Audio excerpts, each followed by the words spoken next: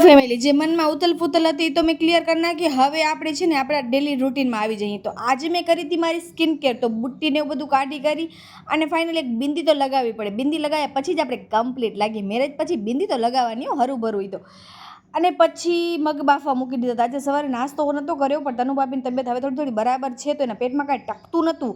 તો એના કારણે મેં કીધું તું મગના પાણીથી ચાલુ કર, પછી શાક રોટલી ખાજે. તો મગ બાફ્યા છે, તો એના સાથે મને વિચાર હતો કે મગનું શાક જ કરી નાખીશ અને ભાત પણ કરી નાખીશ. તો આજે મારે જેઠ નહોતા, પણ અમે જ બંને જણી હતી, તો પછી કાંઈ ઓપ્શન નહોતો બીજો. અને મગ એકદમ હેલ્ધી પણ કહેવાય, તો મેં કીધું એ બેસ્ટ રહેશે. અને હું શાક વગાડતી હતી ત્યારે મને કોલ આવ્યો કે આજે અમને ફેશિયલ કરવાનો છે. તો મેં કીધું ચલો ફટાફટ હું શાક વગાડી નાખું, ભાત બનાવી નાખું. તો આ મગનું શાક બની ગયું છે અને ભાત પણ બની ગયા છે. અને એક બે રોટલી પડી હતી, તો મેં એ જ લઈ લીધી.